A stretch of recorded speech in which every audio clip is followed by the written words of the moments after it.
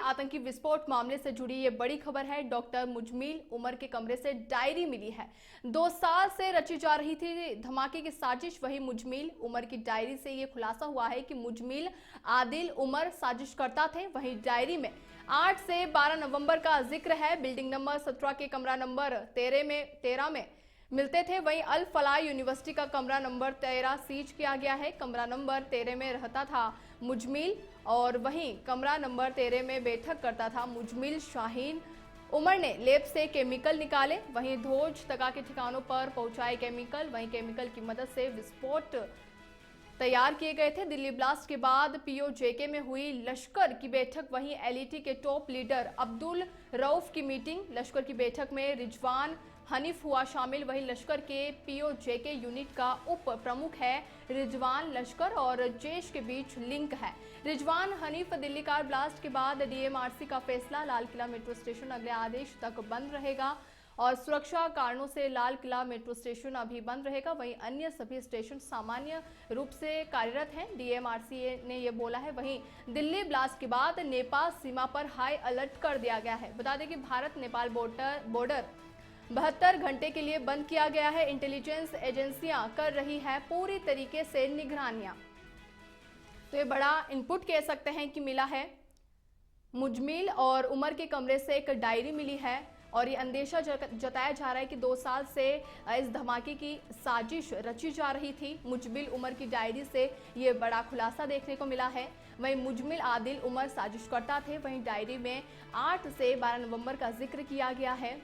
तो दिल्ली आतंकी विस्फोट मामले से जुड़ी इस वक्त की सबसे बड़ी खबर, मुजमिल उमर के कमरे में एक डायरी मिली हुई है और ये बताया जा रहा है कि इस डायरी में जिक्र किया गया है कि 2 साल से इस साजिश की जो रचना है वो तैयार की जा रही थी।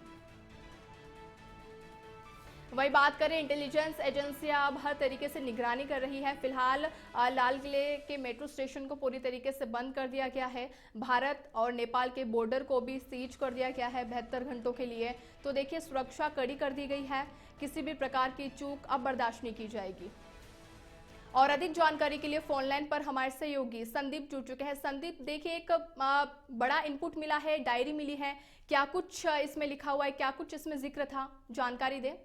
जी स्नेहा, जी मैं बता दूं, जिस तरीके से ये डायरी मिली है, जो डायरी में लिखा गया था, इसमें जो जिक्र था 8 से 12 नवंबर का जो जिक्र छेड़ा गया है वो बिल्डिंग नंबर 17 और कमरा नंबर 13। ये मैं बता दूं, ये अल फलाह यूनिवर्सिटी का वही कमरा नंबर 13 है जिसमें डॉक्टर और आदिल दोनों शामिल थे और उमर भी इसमें मिलता था, मैं बता दूं। और यहाँ पर बैठकर सारी साजिशों को अंजाम दिया जाता था। जो मैं बता दूं, जो ब्लास्ट की जो बात कर रहे हैं, जो दिल्ली ब्लास्ट की बात कर रहे हैं, इसकी भी साजिश इसी कमरे में रची गई थी। और ज्यादा जानकारी मैं आपको जानकारी दे दूं कि कल पहले सफेद i20 कार, फिर रेड इको स्पोर्ट्स, अब तीसरी गाड़ी का नाम सामने निकल कर आ रहा है। मैं बता दूं, करीबन कल 6 बजे से शाम के 6 बजे तक अभी तक जांच एजेंसियां जांच कर रही है। मैं बता दूं, जो एनएसजी की टीम है, दिल्ली के जो उच्च अधिकारी है, वो खंडावली गांव पहुंच चुके हैं और जो इको स्पोर्ट्स गाड़ी है उसको चारों तरफ से देखा जा रहा है, कहीं ना कहीं उसमें क्या कुछ छुपा है। फिंगरप्रिंट लिए जाते हैं, डॉग स्पॉट बुलाया जाता है और एनआई की टीम आती है, उच्च अधिकारियां वहां पर पहुंचते हैं। पहुंचने के बाद वहां पर खंगाला जा रहा है, जो गांव के लोग हैं उनको उस एरिया से दूर कर दिया गया है और तमाम जानकारी जुटाने की पूरी कोशिश कर रहे हैं पुलिस। जी संदीप, देखिए, आप छोटे छोटे पहलुओं से ही ये कड़ियां जोड़ती हुई नजर आ रही है। वहीं ये जानकारी लेना चाहेंगे कि अभी लाल किले के मेट्रो स्टेशन को पूर्णतः बंद कर दिया गया है और भारत और नेपाल के बॉर्डर को भी सीज किया गया है। जी बिल्कुल, मैं बता दूं, 72 घंटों के लिए भारत और नेपाल के बॉर्डर को बंद कर दिया गया है और लाल किले का मेट्रो स्टेशन जो है वो भी बंद कर दिया गया है। उसी के साथ मैं बता दूं, जो पूरी साजिश थी, ये कमरा नंबर 13, जिस कमरा नंबर 13 की हम बातें कर रहे हैं, वो कमरा नंबर 13 अल फलाह यूनिवर्सिटी में स्थित है, जहाँ डॉक्टर मुजम्मिल और क्या कहते हैं उमर और साइना, ये तीनों के तीनों बैठकर इस साजिश की रचना करते थे। और मैं बता दूं, जिस तरीके से 26/11 का जो मुंबई में हमला हुआ था, उसी के तरफ से कहीं ना कहीं 12/12 का प्लान बना रहे थे। जी धन्यवाद संदीप इस खबर पर अधिक जानकारी साझा करने के लिए। तो ये बड़ा इनपुट मिला है और आगे की अब रणनीति की जाएगी।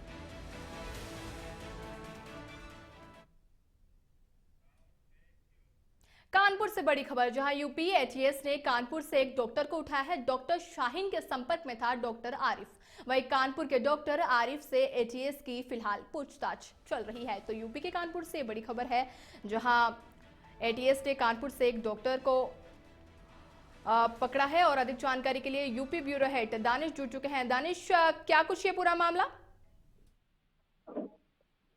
जो दिल्ली में हादसा हुआ था, जिसको लेकर के अलग अलग अभी जानकारियां मिल रही हैं। हालांकि इसमें गृह मंत्री ने अभी इन्वेस्टिगेशन के त्वरित आदेश दिए हैं और इनपुट को खंगालने का लगातार प्रयास किया जा रहा है, जिसमें यूपी एटीएस द्वारा कल डॉक्टर मोहम्मद आरिफ को हिरासत में लेकर के गिरफ्तार किया गया है और उससे पूछताछ की जा रही है कि डॉक्टर शाहीन से इनका क्या लिंक है और ये डॉक्टरों की टीम है, ये किस प्रकार से ब्रेन वॉश कर रही थी, क्या मामला था, हादसा हुआ तो किस तरीके से हुआ, प्लानिंग क्या थी। हालांकि इसके जो तार हैं वो जम्मू कश्मीर से जोड़े जा रहे हैं, अभी भी इन्वेस्टिगेशन जारी है। इससे पहले एक डॉक्टर को भी उठाया गया था, डॉक्टर शाहीन खुद डॉक्टर हैं। तो इसको लेकर के अभी जो इन्वेस्टिगेशन है वो लगातार चल रही है और धरपकड़ अभियान भी चल रहा है यूपी एटीएस का। और ये भी पता चल रहा है कि जो डॉक्टर शाहीन है, जिस कॉलेज में वो पढ़ी थी या जहाँ से वो निवास करती हैं, जहाँ जहाँ पर उनके ठिकाने हैं, वहाँ पर भी इन्वेस्टिगेशन की जा रही है। ये भी एक जानकारी मिल रही है। इसके साथ साथ जो हादसा हुआ तो हादसा किस प्रकार से है, कैसे, किस तरीके से, इसको लेकर भी कई सवाल है। यूपी एटीएस अपना काम कर रही है, एनआईए को भी फिलहाल जांच सौंपी गई है दिल्ली से और एनआईए भी इसकी सत्यता की जांच कर रही है, क्योंकि जिस तरीके से फरीदाबाद के तहत जो दिल्ली में प्लांट हादसा ये हुआ है, उस हादसे पे कहीं न कहीं जो ट्वीट है, उस ट्वीट के आधार पर भी इन्वेस्टिगेशन की जा रही है। अभी देखने वाली बात होगी कि लखनऊ और उत्तर प्रदेश में यूपी एटीएस की जो कार्रवाई है वो अभी कितने दिन चलेगी और कहाँ कहाँ चलेगी। क्या डॉक्टरों की एक समूह था या डॉक्टरों के साथ साथ कोई अन्य विभाग के लोग भी शामिल है, कहीं ना कहीं गतिविधियां दिखाने की बात है और यूपी एटीएस की कार्रवाई भी फिलहाल चल रही है। बिल्कुल दानिश, यूपी एटीएस ने इस कार्रवाई को कब अंजाम दिया था? देखिए, यूपी एटीएस ने जब ये हादसा हुआ है तो उसके बाद आनंद फानंद में, चूंकि पूरे देश में मामला पहुंचा, उसके बाद एनआईए पहुंचती है, फिर एटीएस पहुंचती है। तो यूपी एटीएस की जो लिंक है वो पता चलता है कि डॉक्टर शाहीन लखनऊ की निवासी है, उत्तर प्रदेश की निवासी है और लखनऊ से सीधे कानपुर के साथ जोड़ा जाता है, कानपुर से फिर सीधे जम्मू कश्मीर के साथ जोड़ा जाता है। तो उससे ये यूपी एटीएस की कार्रवाई कहीं ना कहीं उत्तर प्रदेश को लेकर चलती है, तो जाकर यूपी एटीएस भी अपनी कार्रवाई में जुड़ जाती है।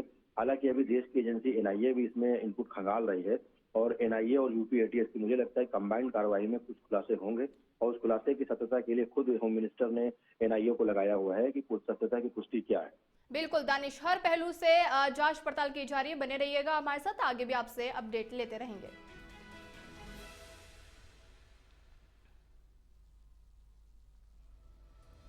खबरों में आगे बढ़ते हैं। अनुदानित मदरसों में शिक्षक चयन आयोग करेगा, शिक्षकों की भर्ती मैनेजमेंट नहीं कर पाएगा। शिक्षकों की भर्ती अल्पसंख्यक कल्याण विभाग ने तैयार किया प्रस्ताव, वहीं कैबिनेट में विचार के लिए रखा जाएगा प्रस्ताव। मदरसों में पाठ्यक्रम में भी होगा बदलाव, वहीं मदरसों में यूपी बोर्ड की तरह होंगे विषय, वहीं इंटरमीडिएट में कला, वाणिज्य और विज्ञान संकाय होंगे। उर्दू, अरबी, फारसी साथ पढ़ाए जाएंगे। वहीं बात करें यूपी में 561 मदरसे राज्य सरकार से अनुदानित हैं। तो ये बड़ी जानकारी और इस खबर पर अधिक जानकारी के लिए यूपी ब्यूरो हेड दानिश जुड़ चुके हैं। दानिश, देखिए मदरसे के जो सिलेबस है उसमें बदलाव किया जाएगा। देखिए, बिल्कुल जो यूपी के मदरसे हैं, सरकार से जो अनुदानित मदरसे 561 है, उनमें वाणिज्य और विभाग को जोड़ने का प्रयास किया जा रहा है और ये भी दिखाने के बाद उत्तर प्रदेश के जो मदरसे हैं उनमें उर्दू, अरबी, फारसी साथ में पढ़ाई जाए और 561 मदरसे जो राज्य सरकार से अनुदानित के तौर पर चल रहे हैं उनको भी ध्यान रखने की जरूरत है। यूपी बोर्ड की तरह मदरसों में कार्यक्रम शामिल करने का प्रस्ताव पास हुआ है और मदरसों में जो पाठ्यक्रम है उनमें बदलाव होना है। हालांकि कैबिनेट में जो विचार के रखा जाएगा प्रस्ताव, उनमें भी बदलाव होना है। अल्पसंख्यक कल्याण विभाग ने फिलहाल ये प्रस्ताव तैयार किया है और मैनेजमेंट अभी तक शिक्षकों की भर्ती पर भी नहीं कुछ कर पाया है। तो अनुदानित मदरसों में शिक्षा चयन आयोग फिलहाल इन पर विस्तार और यूपी बोर्ड की तरह मदरसों में बदलाव होगा। यूपी बोर्ड की तरह बच्चों को मदरसे की तालीम दी जाएगी, जो एक बेहतर पहल है। और उर्दू, अरबी, फारसी के साथ जो सांख्यिकी है या जो मैथ है उनको भी लेकर के बच्चों में एक, मैं कह सकता हूँ कि नॉलेज होगा, तो सरकार की अच्छी पहल। जी, मदरसों में अब नया बदलाव देखने को मिलेगा। धन्यवाद दानिश इस खबर पर अधिक जानकारी साझा करने के लिए। तो अल्पसंख्यक कल्याण विभाग ने ये प्रस्ताव पारित किया है। मदरसों में पाठ्यक्रम में भी बदलाव किया जाएगा। ट्रेन के शौचालय में लिखा पाक जिंदाबाद और 12/11 का रेल धमाका। देखिए, जबलपुर स्टेशन पर ट्रेन सुरक्षा बल ने की ट्रेन की सघन जांच। डॉग स्क्वाड और बम निरोधक दस्ते ने एक कोच खंगाला है। छानबीन में नहीं मिली कोई संदिग्ध सामग्री। वहीं मुंबई से वाराणसी जा रही थी महानगरीय एक्सप्रेस ट्रेन के जनरल कोच में लिखा था, तो छानबीन में अभी तक कोई संदिग्ध सामग्री नहीं मिली है। मुंबई से वाराणसी जा रही थी महानगरीय एक्सप्रेस ट्रेन और जनरल कोच का ये पूरा मामला बताया जा रहा है, जहां पाक जिंदाबाद और 12/11 के धमाके के बारे में लिखा गया है।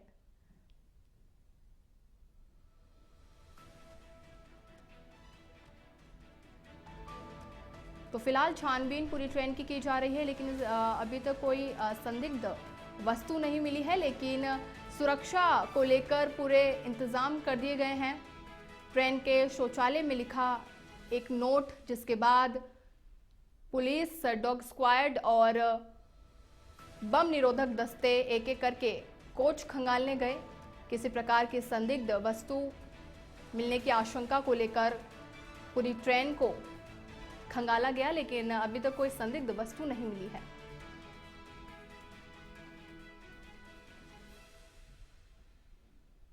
तो ये बड़ी जानकारी।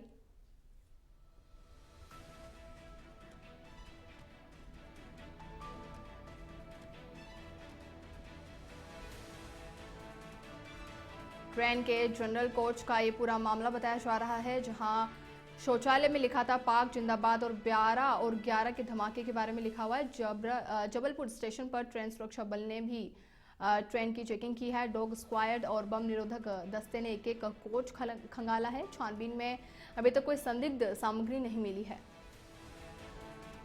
बता दें कि मुंबई से वाराणसी जा रही थी महानगरी एक्सप्रेस ट्रेन। इस ट्रेन का ये पूरा मामला, ट्रेन के शौचालय में लिखा एक नोट जिससे फैली सनसनी, और उसके बाद पुलिस, डॉग स्क्वाड और बम निरोधक दस्ते ने एक एक कोच को काफी बारीकी से खंगाला है। क्योंकि देखिए, स्टेशन काफी भीड़भाड़ वाला इलाका होता है, तो ऐसे में स्टेशन की सुरक्षा को लेकर जो चाक चौबंद जो व्यवस्थाएं हैं वे बढ़ा दी गई है, क्योंकि इस प्रकार का नोट मिलना वो काफ़ी चिंताजनक हो जाता है। तो इसको लेकर पूरी ट्रेन के जितने भी कोच हैं उनको खंगाले जा रहे हैं कि कहीं किसी प्रकार की कोई संदिग्ध वस्तु मिले या किसी संदिग्ध व्यक्ति पर संदेह हो तो उसको जल्द से हिरासत में लिया जाए।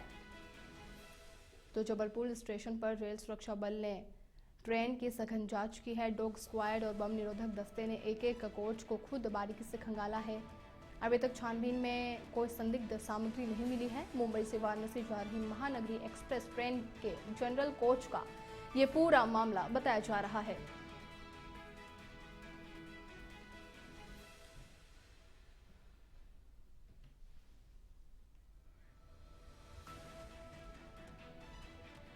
अधिक जानकारी के लिए हमारे ब्यूरो हेड परवेश जुड़ चुके हैं। देखिए, एक ट्रेन जिसके जनरल कोच के शौचालय में एक नोट लिखा हुआ मिला, क्या जानकारी आपके पास? जी, मैं बताना चाहूंगा पाक जिंदाबाद और 12/11 को रेल धमाका, ये जो जनरल कोच के शौचालय में लिखा हुआ पाया गया था।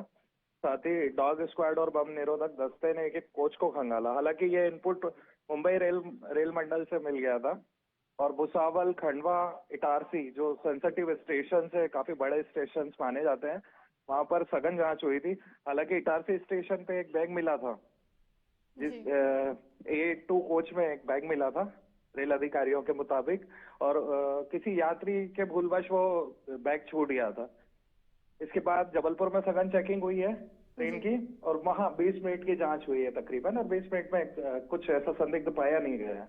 जी, मैं आपसे ये भी पूछना चाहूंगी, देखिए दिल्ली धमाका हुआ, उसके बाद अब ट्रेन में ये इस प्रकार का नोट लिखा हुआ मिला, क्योंकि देखिए ट्रेन में काफी लोग सवार थे तो उनको भी काफी चिंता हुई होगी, भगदड़ जैसी स्थिति हुई होगी, तो उसको मुंबई पुलिस ने किस प्रकार हैंडल करा और किस प्रकार ये जांच पड़ताल की जा रही है? देखिए, मैं आपको बताना चाहूंगा कि पुलिस वो जो इनपुट मिला था, जी तो ये स्थिति भुसावल से ही निर्मित हो गई थी। भुसावल में भी चेकिंग हुई थी, महाराष्ट्र के भुसावल जंक्शन पर, जी उसके बाद जलगांव हुआ, खंडवा, इटारसी, ये सारे बड़े जंक्शन हैं। यहाँ पर बार बार ट्रेन की जांच की गई और जीआरपी और आरपीएफ की जो टीम थी वो कई बारी इसकी सघन जांच करती रही। तो हालांकि कुछ संदिग्ध वस्तु नहीं मिली है, बस एक जी लावारिस बैग ट्राली मिला था, वो भी इटारसी में। इसके बाद ट्रेन को इटारसी से भी 12 मिनट देरी से रवाना किया गया था और तकरीबन 1.5 घंटे लेट ट्रेन को जबलपुर से भी रवाना किया बिल्कुल गया था। प्रवेश, ये अच्छी बात है कि किसी प्रकार की संदिग्ध सामग्री नहीं मिली। धन्यवाद इस खबर पर अधिक जानकारी साझा करने के लिए।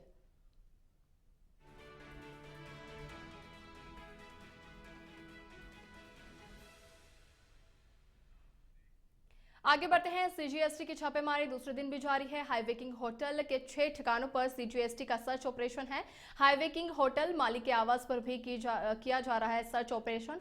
वहीं सूत्रों के अनुसार बता दें कि कैश लेन देन द्वारा जीएसटी चोरी और सीजीएसटी ने सर्च के दौरान कई अहम दस्तावेज जब्त किए हैं। हाईवे किंग होटल स्थित कई दुकानें खोलकर वसूल रहे लाखों रुपए का किराया। वहीं फिलहाल सीजीएसटी जब्त दस्तावेजों की गहनता से जांच पड़ताल कर रही है और जीएसटी चोरी की सीजीएसटी विभाग को मिल रही है सूचना। दिल्ली रोड, किशनगढ़, अजमेर रोड समेत 6 ठिकानों पर यह सर्च ऑपरेशन किया जा रहा है।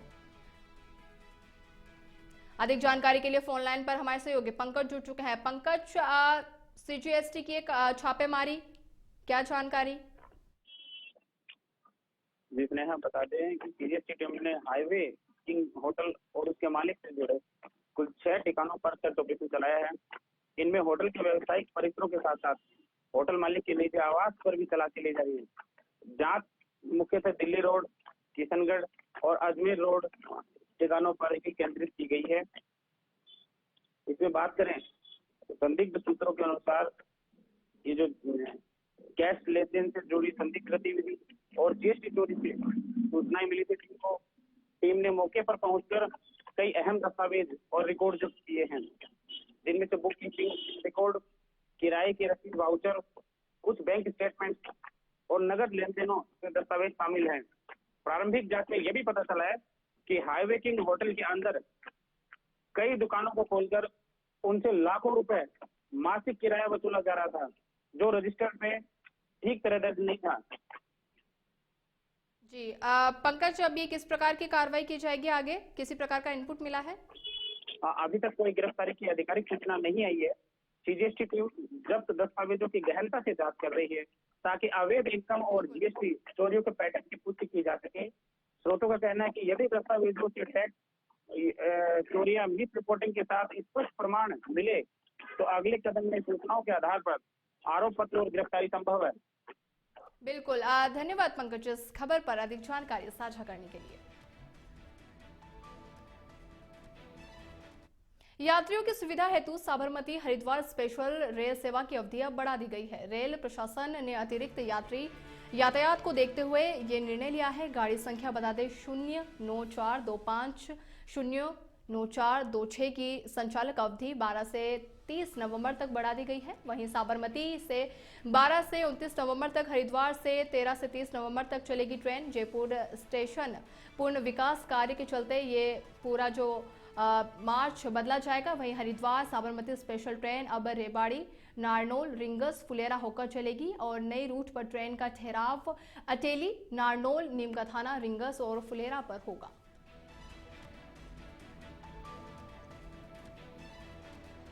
तो जयपुर स्टेशन पूर्ण विकास कार्य के चलते ट्रेनों का मार्ग बदला गया है और यात्रियों की सुविधा को देखते हुए ये पूरा निर्णय लिया गया है ताकि यात्रियों को किसी प्रकार की समस्याएं ना हो। देखिए, जयपुर में पूर्ण विकास का कार्य चल रहा है, इसको लेकर कई ट्रेनें देर से आ रही हैं, कई ट्रेनों को रद्द किया गया है और कई ट्रेनों के चलने के जो बदलाव का जो टाइमिंग है उनमें भी बदलाव किया गया है।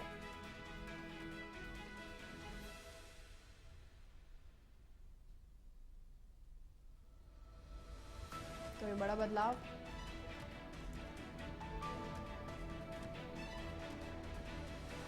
यात्रियों की सुविधा हेतु साबरमती हरिद्वार स्पेशल रेल सेवा की अवधि अब बढ़ा दी गई है। रेल प्रशासन ने अतिरिक्त यात्री यातायात को देखते हुए ये देखिए ये निर्णय लिया है। बता दें कि गाड़ी संख्या 09425 और 09426 की संचालन अवधि 12 से 30 नवंबर तक बढ़ा दी गई है और साबरमती में 12 से 29 नवंबर तक, हरिद्वार से 13 से 30 नवंबर तक ये ट्रेन चलेगी। देखिए बता दें कि जयपुर स्टेशन पुनर्विकास कार्य को लेकर ये निर्णय लिया गया है। तो रेल प्रशासन ने अतिरिक्त यात्री यातायात को देखते हुए ये महत्वपूर्ण निर्णय लिया है, क्योंकि देखिए ट्रेनों से कई यात्री सफ़र करते हैं और इसको लेकर जयपुर रेलवे स्टेशन का पूर्ण विकास चल रहा है। और देखिए जयपुर स्टेशन इसलिए महत्वपूर्ण क्योंकि यहाँ पर हमेशा यात्रियों की आवाजाही देखने को मिलती है।